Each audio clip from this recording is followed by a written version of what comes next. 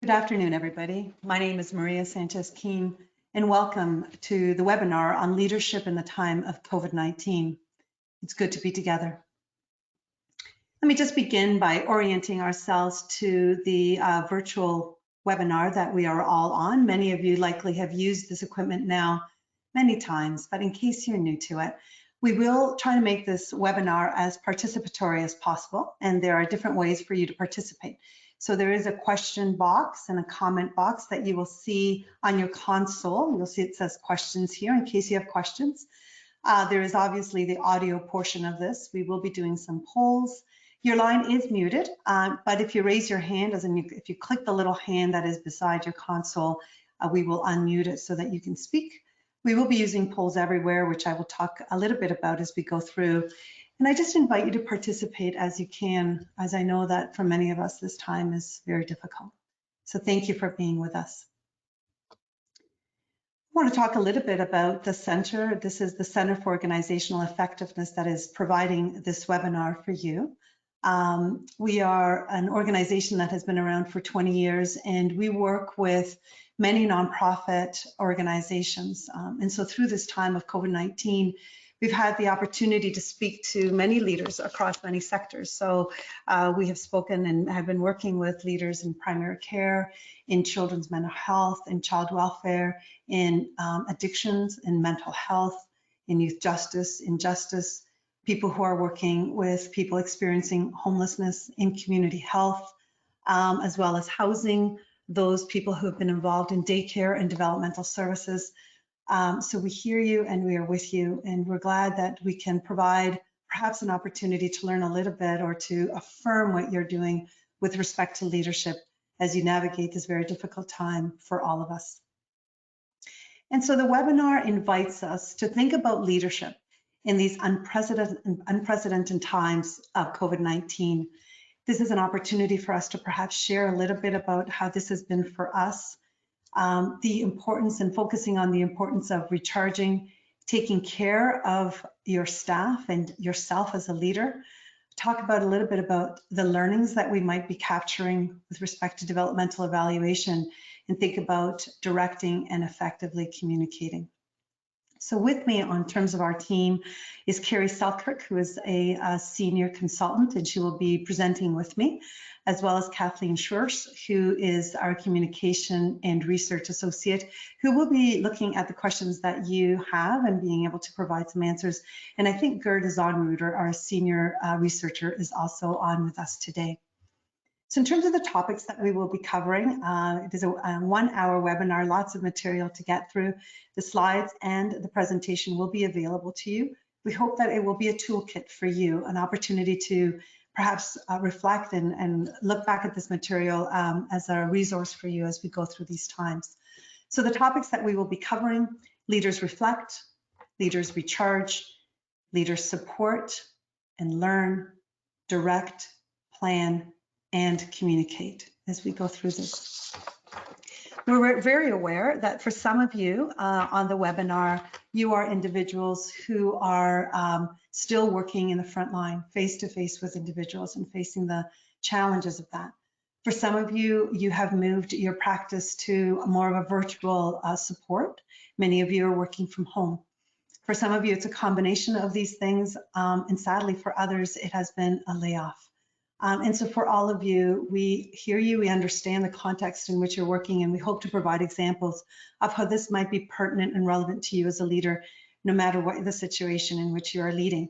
We're also aware that this changes for many of the organizations that we work with almost on a daily basis, depending on the directives that we're receiving and on the reality that we're living in every day. So what we'd like to do is just start by learning a little bit about you, so we have a sense of who is in the room. So on your console, you will see that there's a little part that says handouts, and if you click on that where it says links to polls, you will see this come up, this page. So if you click on that page, you will see a question come up, and I'll ask you to answer that question. And so the question looks like this. So recognizing that you may cross sectors, with what sector do you primarily identify? So I'll give you a moment for you to just respond so that we have an idea of who's with us today. Thank you. I can see that you're finding it. And if not, again, ask the question, but it is a red PDF that you'll see on your screen that says link to polls. Once you've answered that, I'll ask you to minimize it or to go back to the screen where the webinar is, and that way you'll be able to see the results of the different people who are responding, who are participating today. I'll give that a moment.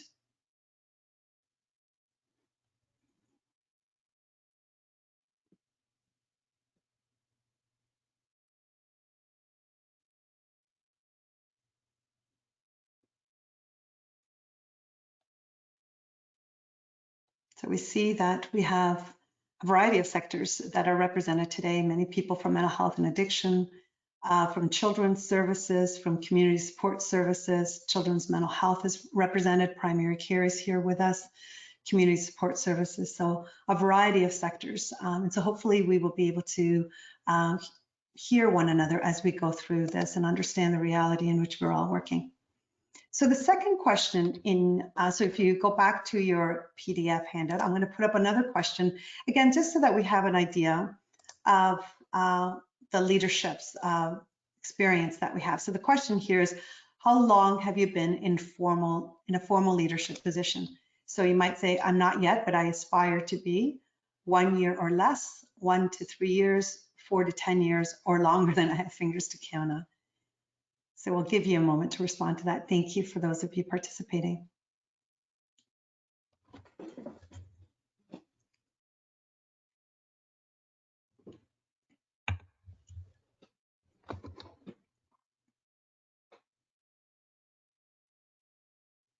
Okay, so here we see that we have a lot of seasoned leaders with us. So thank you for joining us. And hopefully this will be affirming for you and you will have opportunity to use this as a resource. For those of you who are aspiring, again, hopefully this will be a good resource tool for you and for those in the middle as well. So thank you. We have a good sense and a good cross section of a variety of leadership with us today. And so the final of these initial questions, just again, so that we have an understanding of where we're all at. The question is, what best describes the biggest impact of COVID-19 so far on your organization? So again, you might say we've been mandated to close, so laying people off, reduce services, majority being done virtually, and then need to ensure safety and availability of staff on site to support clients. So we'll give you a chance so that we have a sense again of who's with us.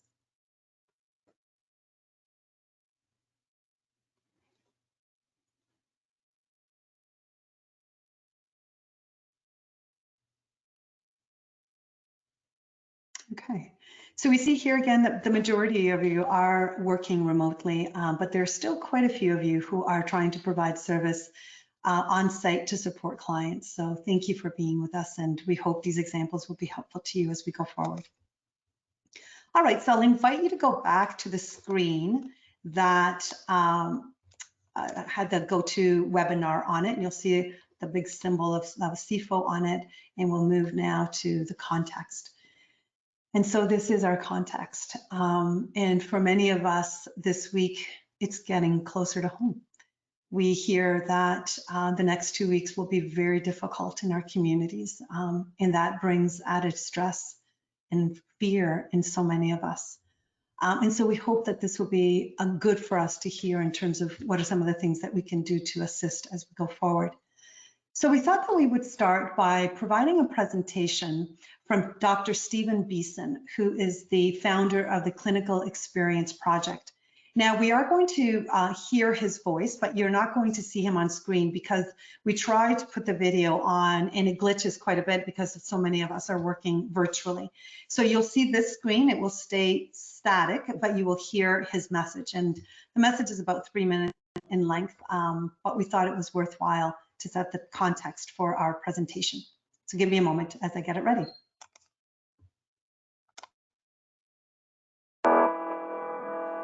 Hey everybody, my name is Stephen Beeson, family medicine physician and founder of the Clinician Experience Project. I hope you're hanging in there.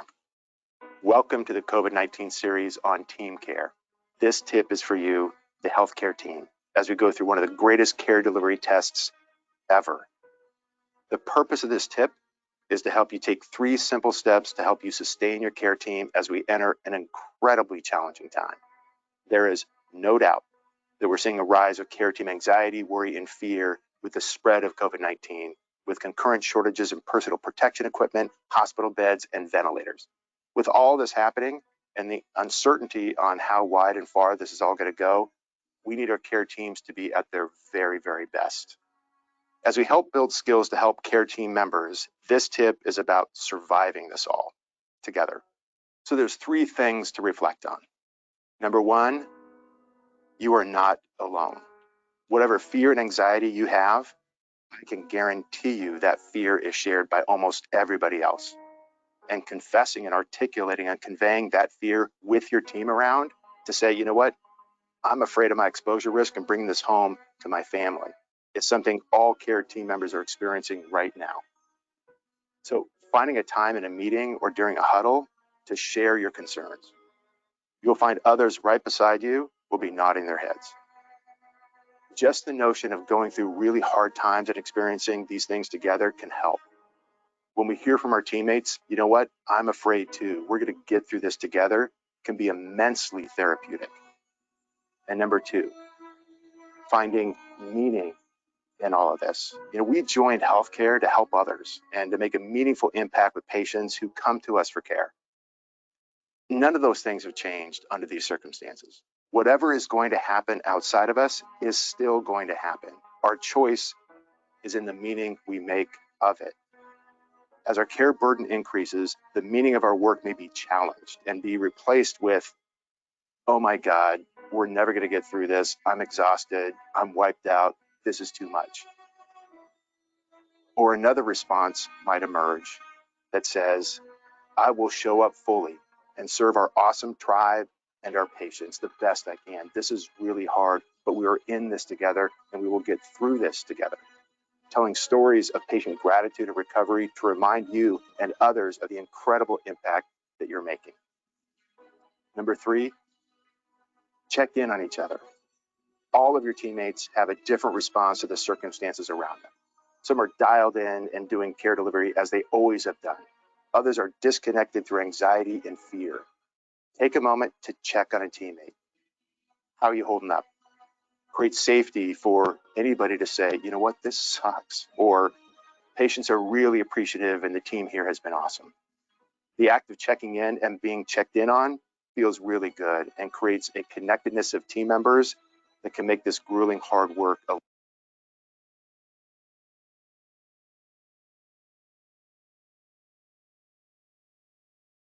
little bit better. So 3 simple actions to help you and your team. Number 1, you are not alone in your fear and find a chance to share that across your team. Number 2, finding and choosing meaning in this chaos. And number 3, check in on each other. We know this is hard and it's going to take us to be our very best to get through it all at the very time when it's the hardest to do so. You, care team member, are now the new American. Okay. Hopefully that's a helpful context for us. And I'm mindful that, of course, this message is in terms of healthcare, but hopefully it also resonates for you who are working in community health and in social services as we move forward. So in terms of leaders reflect, this is our first competency. And so the competency is the ability to self-reflect, to work on self-awareness, and to really think about, what am I learning as I go through this? As Dr. Beeson talked about, finding meaningful purpose amidst chaos and encouraging others to do the same. And so in terms of what can leaders do, what can you do as a leader? It could be as simple as pausing for a few minutes with your team. And so I know that many of you are meeting virtually and that there is so much to cover and to go through and to change. But I invite you to think about ways in which you can just pause, whether that's checking in at meetings as you start with things like, how are you as you're coming to the meeting today? What is this like for you? Or checking out in terms of how are you leaving our meeting today and what do you need moving forward? So what we'd like you to do, what we'd like to do is model this for you. So we're going to actually check in as a way of understanding how we are all coming to this meeting. So I'm going to ask you to go back to the PDF on for polls everywhere. And if you just give me a moment, I will change the question up and we will have opportunity to hear your reflection. Now for this one, it just is freestyle typing. So you can just type your response. And as you type your response, we will see a variety of answers come up. So what words capture what this has been like for you as a leader in terms of COVID-19? I'll give you a moment. Yeah, tired, frightening, exciting, overwhelming, confusing, challenging.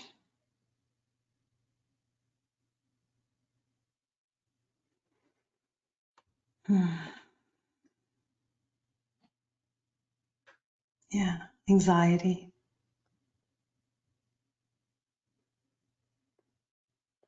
exhausting,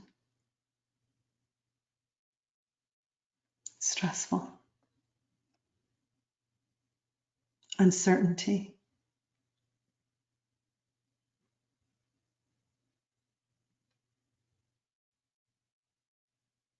hard not knowing the answers.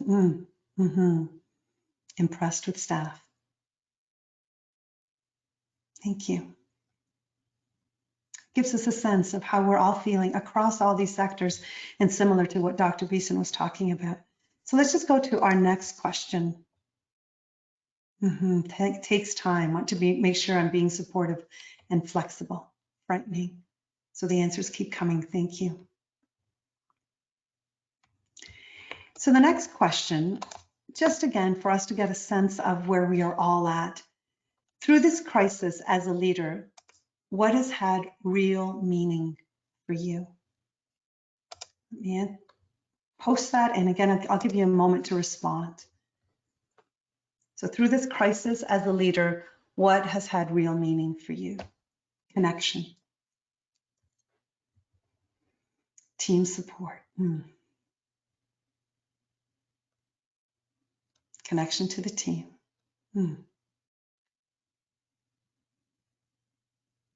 Dedicated people. Commitment to families. Employee dedication. Honesty.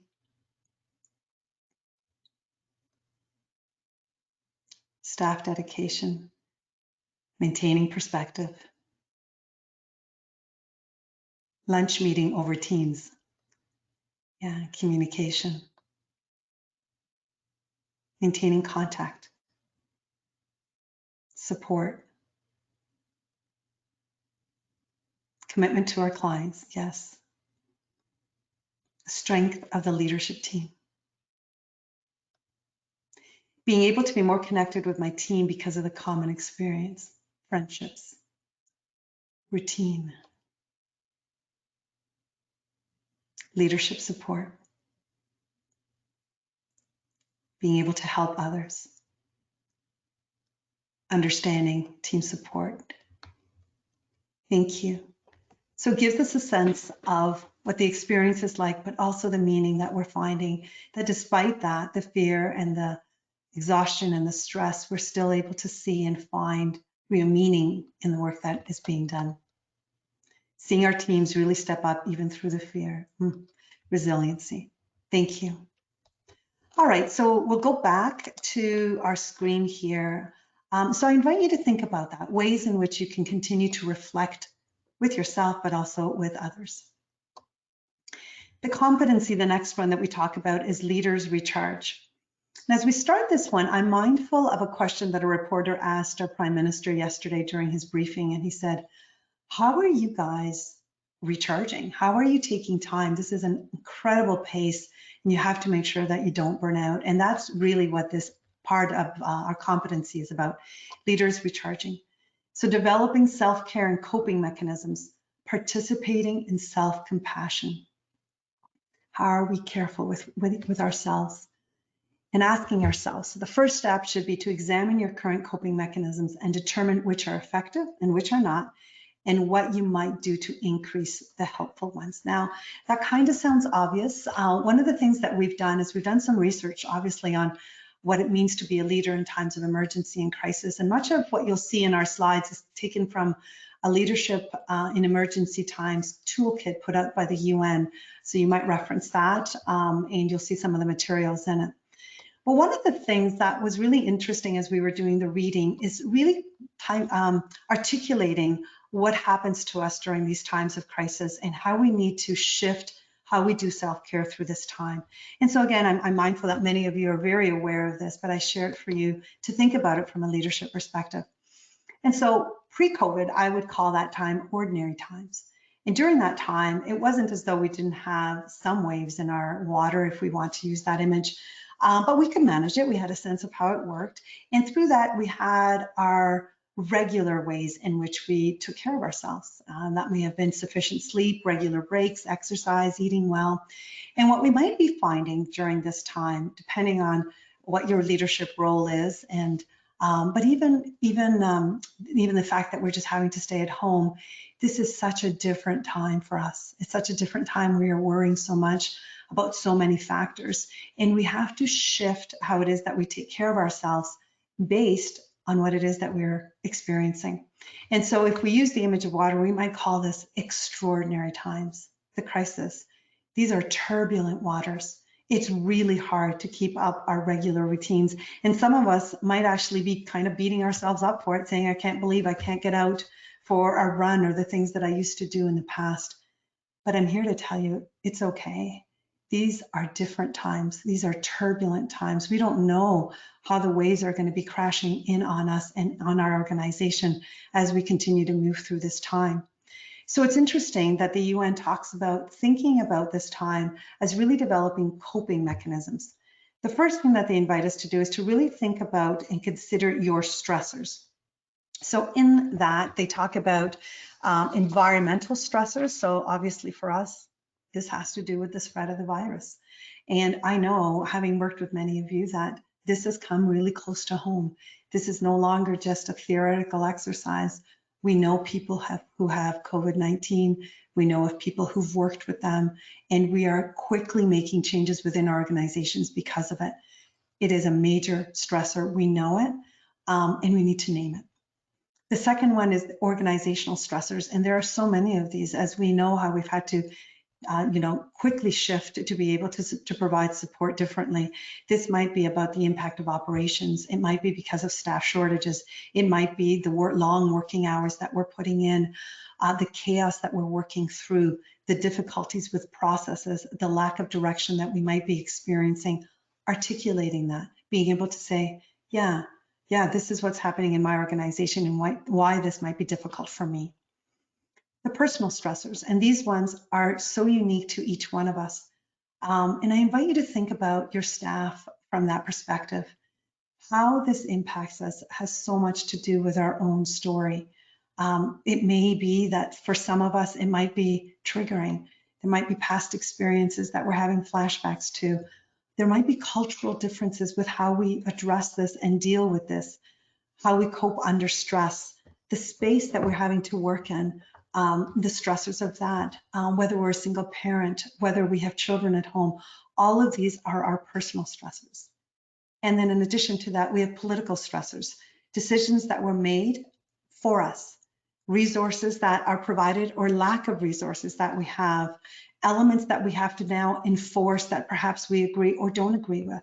These are all stressors on us. So being able to articulate and say, okay, here are the ways in which stress has changed for me. Here are the different directions in which I'm feeling stress is sometimes helpful for us to be able to articulate and name it and help our staff do so. And so the goal during a crisis is to manage the stress. You can't get rid of it. This is what we're all living at all of those different levels. And so in many ways, it is about developing coping strategies that will inoculate us and act as a protective factor to these incredible ways that we are all experiencing.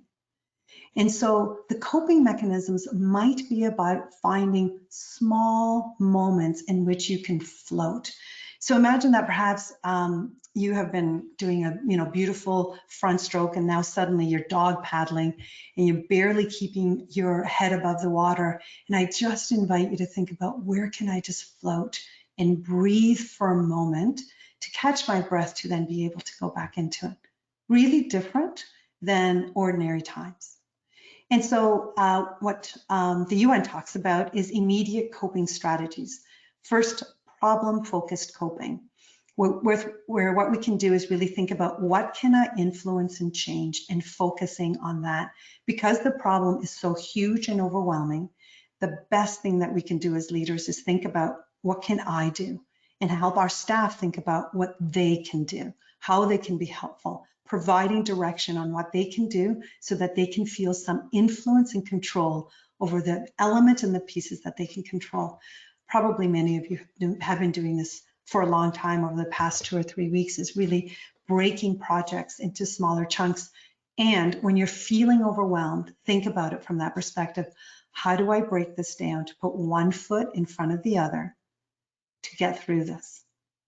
And the second one is emotion-focused coping. And so these are now about relaxation techniques. We don't have necessarily the time to do the long stretches that we used to do self-care. So now it's about breathing. It's about those relaxation pieces that ground you. It's about maybe starting meetings that way, to be able to say, now let's just take a moment to breathe and ground ourselves.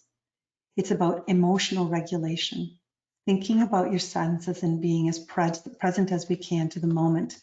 Mindfulness, brief exercise, meditation, thinking about your anger. How am I managing my anger? What are things that help me with that? And then distraction skills. So really, as we move into this crisis and we find ourselves in these turbulent times, our coping strategies change. Be aware of that. Think about your stressors and think about what it is that you need and your team needs to be able to inoculate yourself by developing these coping strategies. And hopefully with time, we'll be able to get past the immediate crisis, although it feels like we're just escalating and escalating. But hopefully we will be able to get to a place where we can breathe a little bit longer and we can think about restorative practices. Here, I want to share an example of an organization that I was on the phone with, and they were doing some provincial planning, and there was a real push to continue to do that provincial planning over the weekend. And a wise person said, no, we need to pause.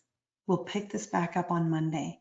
And taking that breather to really say, I need to step away so that I can come back more restored. So these are all important elements for you as a leader, and then to pass these on to your staff. So things that you can do as a leader: educate your staff so that they understand that these times are different and that really we're talking about coping mechanisms to stress. Model good coping practices so that your staff can see you lead, and do what you can to protect your staff from organizational and political structures as much as you can, understanding that you may not have the power to do so, but where possible. So we're going to go back to the polls just to get a sense of, and we can hear from one another, what are the images, symbols, or mantra that helps you to cope and recharge in these times? What have you turned to? So 1 second. Sorry. Sorry. I have closed my poll, so just give me a moment and we'll try to put this up again. Thanks for your patience. And here we go. So what is the image, symbol, mantra that will help you to cope and recharge?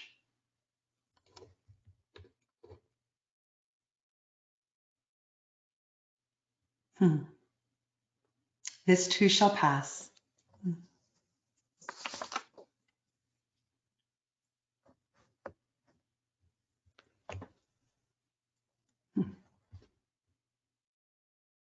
one day at a time. This is hard. You were built for hard. This is hard work. You were built for hard work. The sun. We've got this. A run. Family. Breathe. We're in this together.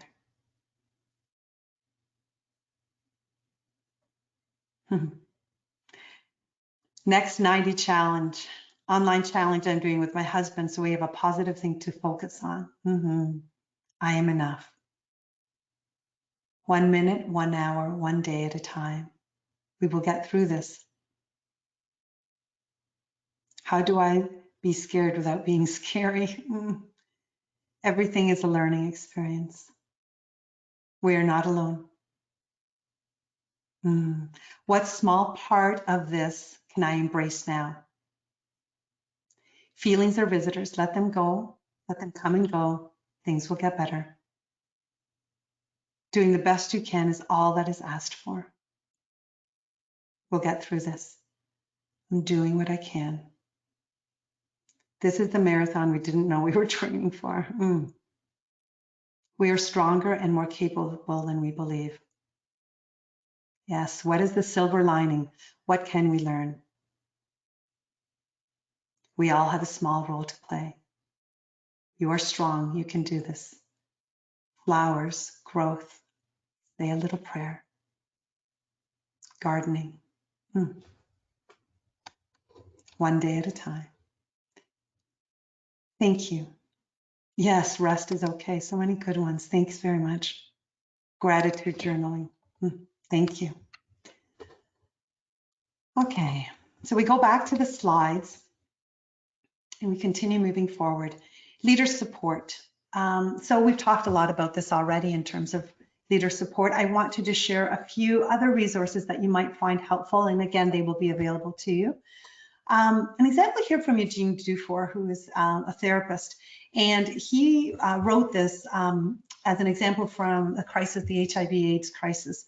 And he talks about, and again, I won't read it, but he talks about working with a young man who had HIV and AIDS and how he worked through a very challenging moment. But the most important lesson here from Eugene really is let your feelings flow. So he talks about a really important moment of shake, rattle, and roll body release tool. So some of us may have already experienced moments where we are shaking uncontrollably because of the stress that we're under. And the learning here is let it happen. Don't suppress it. This is part of how your body addresses trauma and crisis. And so letting our staff know that it's okay to weep and cry and let those emotions be released. So talk, give people permission to do this. Take time for yourself to do this is probably really, really helpful in this time.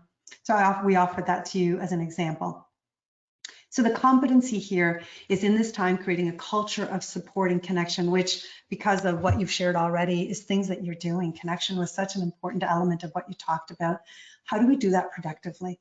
How do we do that so people feel that vulnerability is okay, that sharing is okay, that being afraid and crying is okay? And when we allow that to happen, then we can move forward as opposed to suppressing it. And so these are warning signs for staff stress. And again, many of you might know a whole lot more than we do on this, but we share this for those of you who might be thinking, why is this individual working differently than they normally do? Here are some things to look for.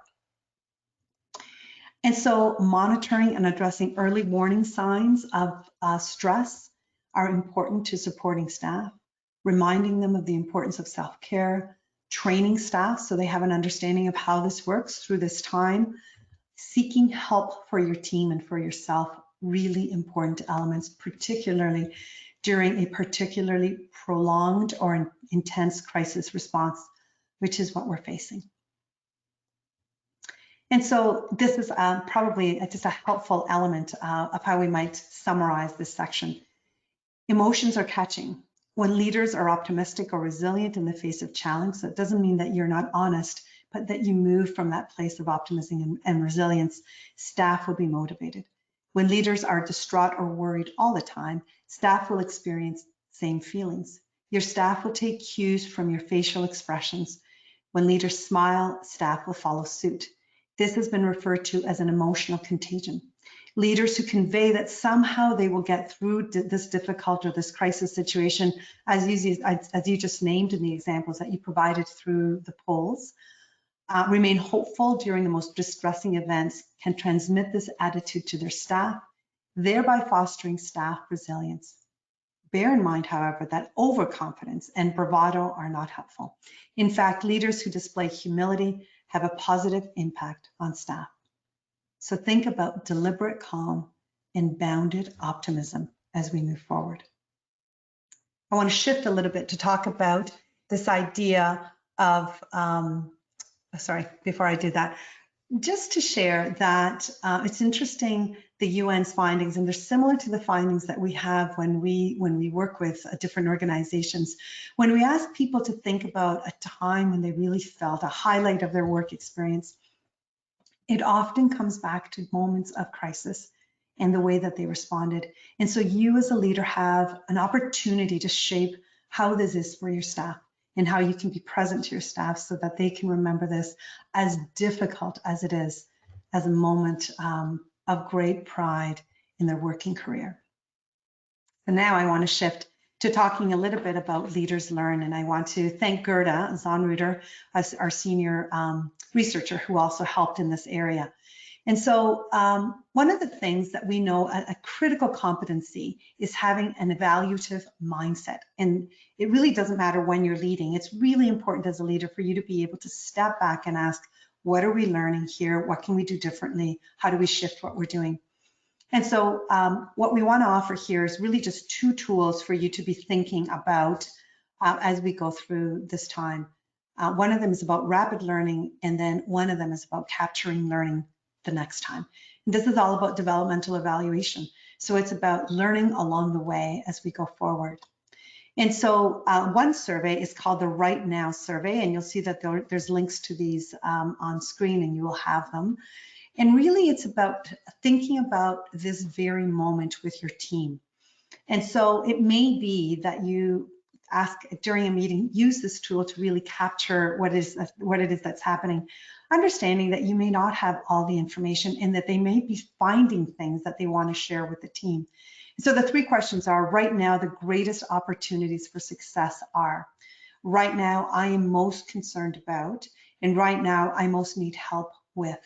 So really capturing that and then being able to have a dialogue and action around those. And that can happen whether you are working still frontline or whether you are supporting virtually. How is it that you can help your team really think from an evaluative perspective and learn and then action from it? The second one is about online journaling. And so we've heard from a lot of leaders who talk about what they're learning and that wish that they could capture it, but of course they're going at a really rapid pace right now.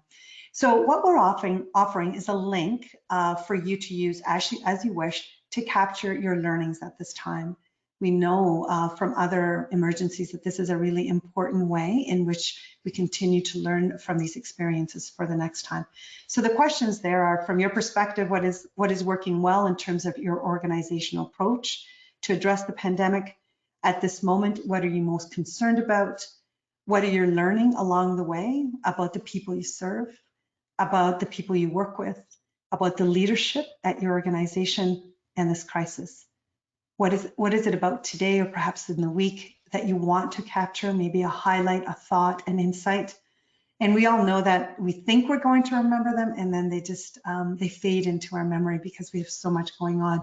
So sometimes being able to capture them is helpful. How are you feeling and anything else?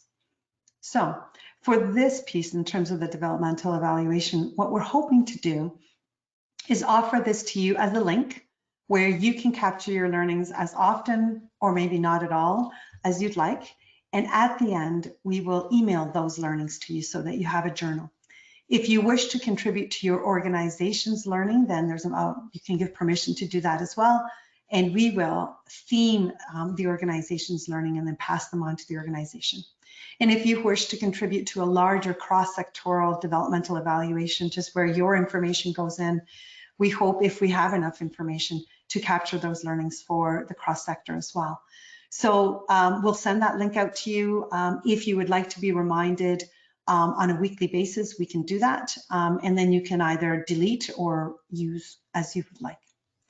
So on that note, what I'd like to do is pass the webinar on to Carrie Selkirk, who will lead us through the last two pieces, Leaders Direct and Leaders Communicate. I'm going to turn my camera off as she turns hers on, and I'll ask you, Carrie, to take it from here. Thank you very much, Maria, and thanks to everybody who's spending some time with us here today. So we're going to talk next about the competency of Leaders Direct. And on the next slide, you see a bit about the details of that competency. So leaders who are directing are providing clear direction and follow-up, and recognizing that now more than ever, for all of the reasons that Maria talked about, your team needs that direction. They are in the same situation, or sometimes even in more of a situation where they might be getting information from multiple places or not enough information, and they're looking for direction from you. We want to talk a bit about knowing when to apply different kinds of leadership and making effective decisions and judgments when you're in a crisis. So the next slide provides us with a framework that comes from Hersey and Blanchard called situational leadership. And we will discuss that model a little bit further in the series for those who are participating in the whole series. But what I want to direct you to is the bottom two quadrants of delegating and directing. Essentially, situational leadership tells us that you define the quadrant that you want to be in based on the task, based on the individual relative to the task, and based on the circumstances. So the circumstances that we are in right now really do drive us very much to delegating and directing. And you'll see in those two quadrants that they both describe low supportive behaviors. And I want to be very clear that we're not talking about the kind of support that we've been talking about until now in the webinar. We're talking about task support in this case. In a situation like the one that we're in, there's little time for task support in many cases.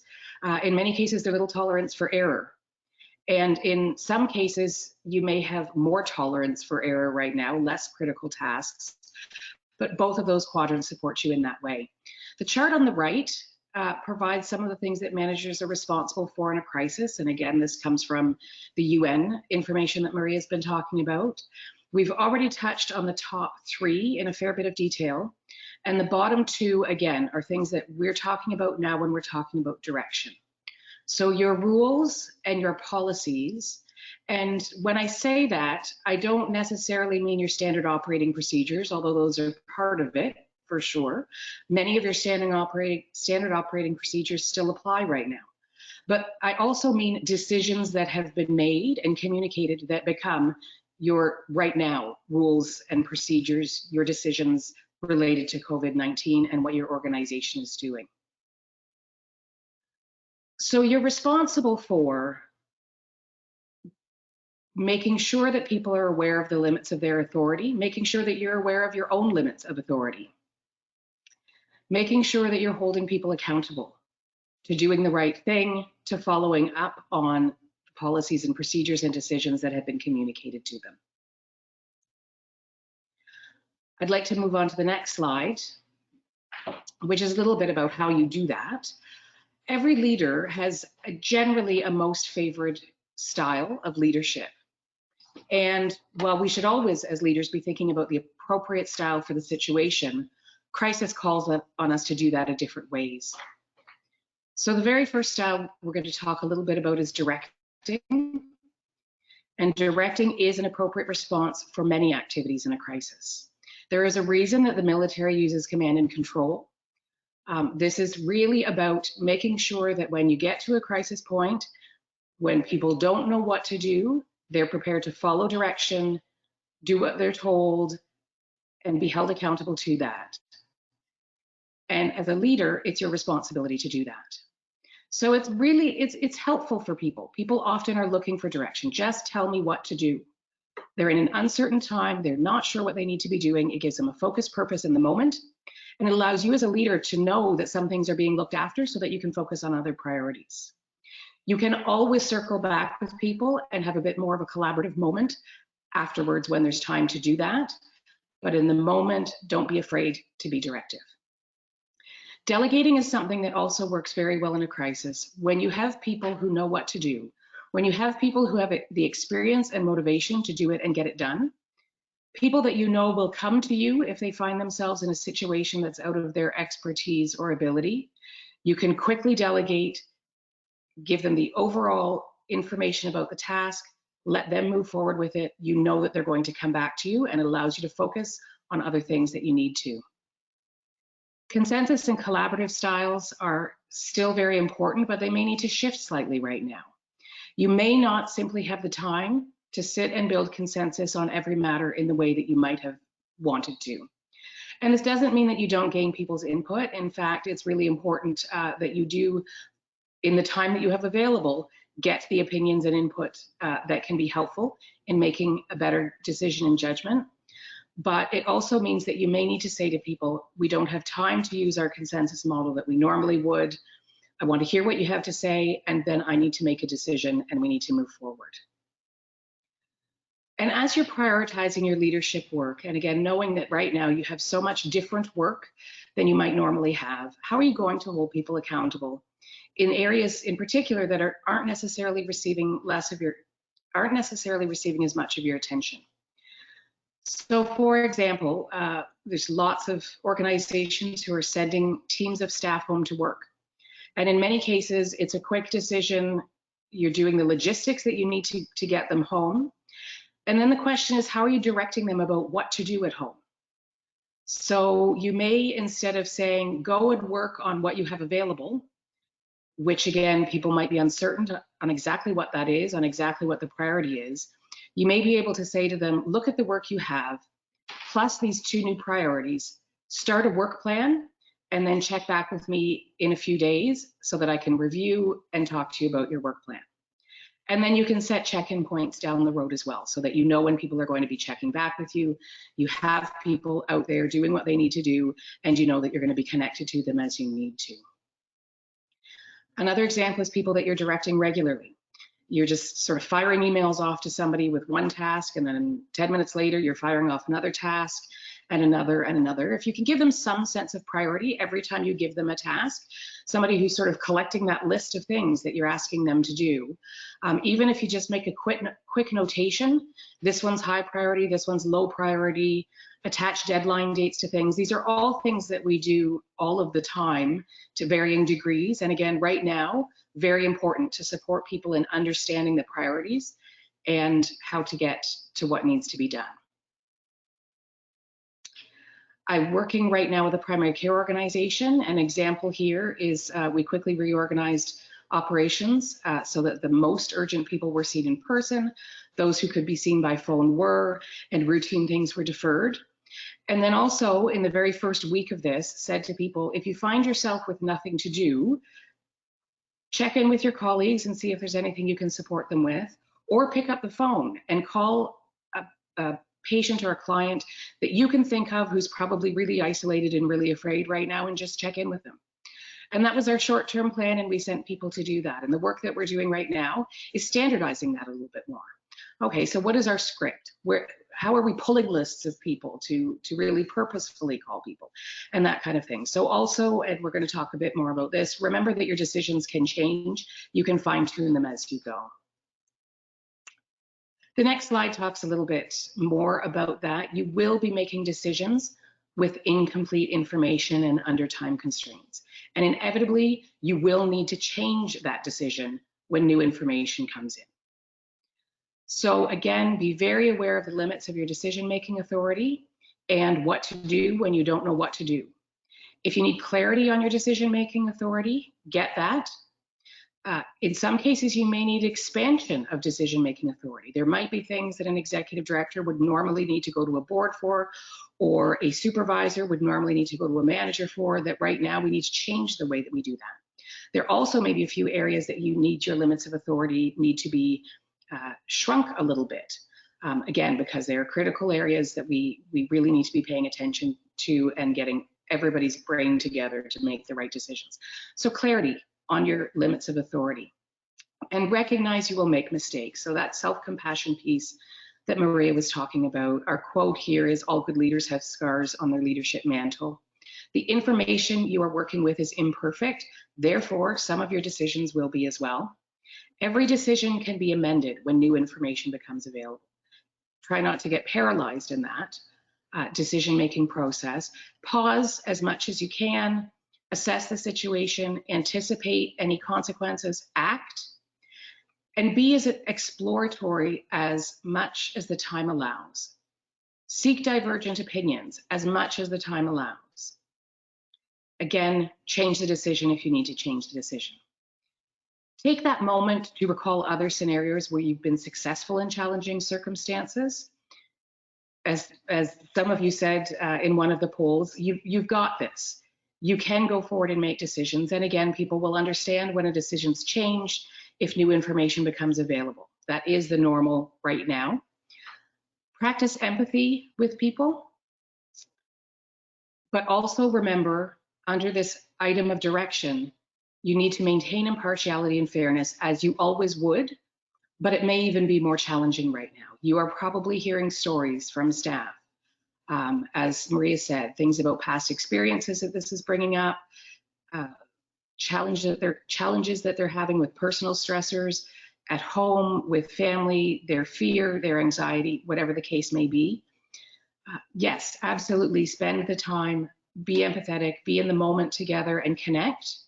And then remember as well that you have your standard operating procedures or your decisions that have been made, and apply those with impartiality and fairness. One of the ways that I often think about doing that is, don't say, I hear you, but sometimes it just comes across a little bit differently if you say, yes, I hear you, and this policy says that we need to do this, and this decision needs to be implied across everybody in the same way.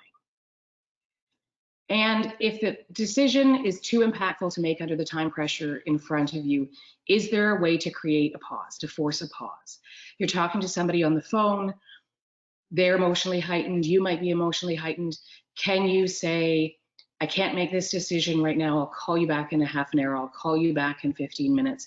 If it's something that they do need to do something right away, okay, do this right now, and then let's circle back and make a more formal decision later this afternoon after we've gathered more information. It's okay to do all of those things so that you can be directive in the moment and also as flexible as you need to be.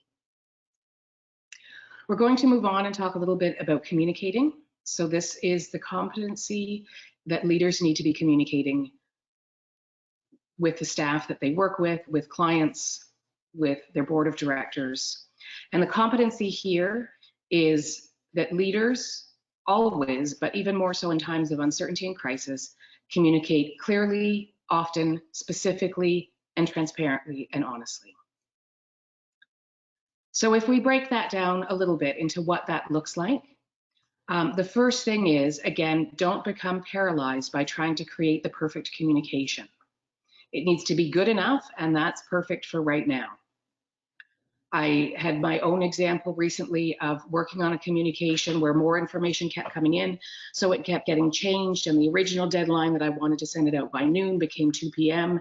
And then there was a possibility it wasn't going to go out before the end of the day, but there were things that needed to be communicated before the end of the day. The term stay tuned for more information allows you to just hit the send button, say what you need to say, and leave some room for more. You can do that verbally as well. Here's where we're at right now. There is more information coming. Stay tuned for the next iteration of information. Being very clear. So again, people are in a state of uncertainty. People are in a state of heightened emotion. You need to be as clear as possible when you are giving direction. So think about the language that you're using. All of us can probably come up with something that we've read, a policy perhaps, or a direction, where it uses the word may. Staff may X, Y, Z, which all of a sudden leaves the door open for them to not do X, Y, or Z. In some cases, you want to be very clear and use the word will. Everybody will do this. In some cases, may could be appropriate, but think about those modifiers that you're using so that you're very clear about whether it is a must do or a possibly you might do. Communicate often. Again, when you're the lead of a team that's working virtually, that you might not normally do a weekly check-in, this might be time to start organizing that and do it a little bit differently. Yes, there are technology challenges right now. We've all, I'm sure, come across webinars where the bandwidth just wasn't there, or dropped phone calls because the bandwidth just wasn't there. So think about different ways of doing that. You may be somebody who is normally in the field all of the time, and because of organizational decisions that have needed to be made, you're working virtually while your team's still out there. You may be still at the office with folks, but you're social distancing and just aren't running into each other the way that you used to. So think about how you can connect with people as often as possible. Again, all of our email boxes are a little bit overwhelmed right now as well, but don't think about it when you're a leader from the perspective of there's too much in their inbox. They do want to hear from you. Your communication will stand out when you're a leader, whether it's just a checking in or whether it's giving direction. They will be looking for that. Your staff will be looking for that. Your teams will be looking for that. Being very specific, and again, this is something we all try to do most of the time. However, much more important right now, call out where there's action needed. So if you're sending a follow-up email after a phone call, you're bolding, you're italicizing, you're underlining specific actions that must be done. Are you ending your phone calls with a recap of action items? Ensure that everybody in your team understands what is the outcome of the call, what needs to be done. And of course, transparency and honesty. Don't make promises that you can't keep. And right now, there may be no promises that you can make that you can be 100% sure that you can keep. So be clear about what you can share, be clear about what you can't share. And again, these catchphrases that Maria used that are so important right now: deliberate calm and bounded optimism. We're going to move to the next slide, and I'm not going to get into each of the examples here, but they will be available for you. So these are some tips for communication, some common errors. Again, don't overpromise, don't commit to something that is out of your control. Find a different way of saying it. So the first one, for example, instead of saying there will be no layoffs, state what is true. The future stability of your organization, the people within it, are a top priority. That's true. You can commit to that. You may not be able to commit to there being no layoffs. One of the mistakes I made early days is saying to an organization, for the next 2 weeks, we will X, Y, and Z. And then, of course, 2 weeks later, I had a whole bunch of decisions to make again that had I said, and what I say now is, until further notice, we will. Or we will revisit this decision in 2 weeks, or as new information is available. So try not to make too much more work for yourself by setting deadlines that you then have follow-up things you have to do.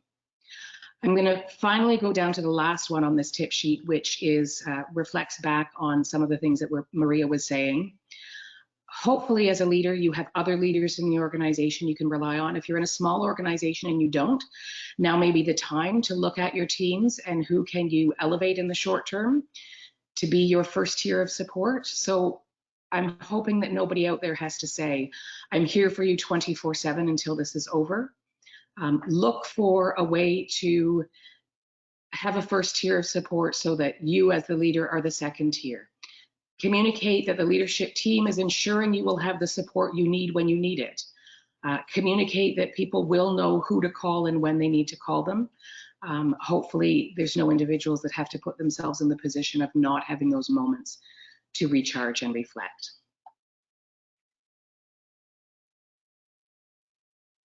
So I'll hand it back to Maria, and thank you for your time.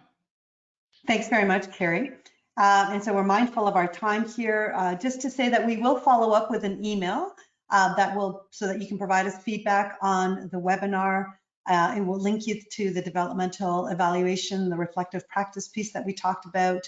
Also, for those of you who are on the webinar series, you will have the link and password so that you can get the webinar PowerPoint and resources, and the webinar will also be provided to others who have participated today as well. So to close, we would like to just ask you for a word or two. So going back to your polls handout there, So here the question is, how are you leaving as we finish our session together? And I'll give you a moment to record. So this is just 1 or 2 words. If you're using 2 words, I'll ask you to use a hyphen so that it can be captured together. And as we watch these words come up, we just want to say thank you very much for being with us, for sharing your thoughts and insights through word today, and blessings as we continue through this time in our community.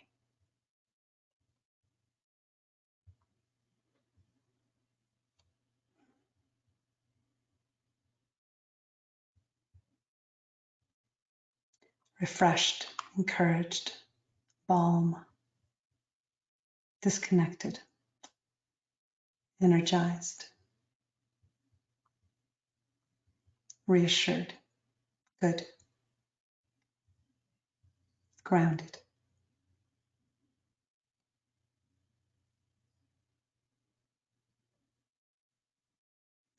Thank you.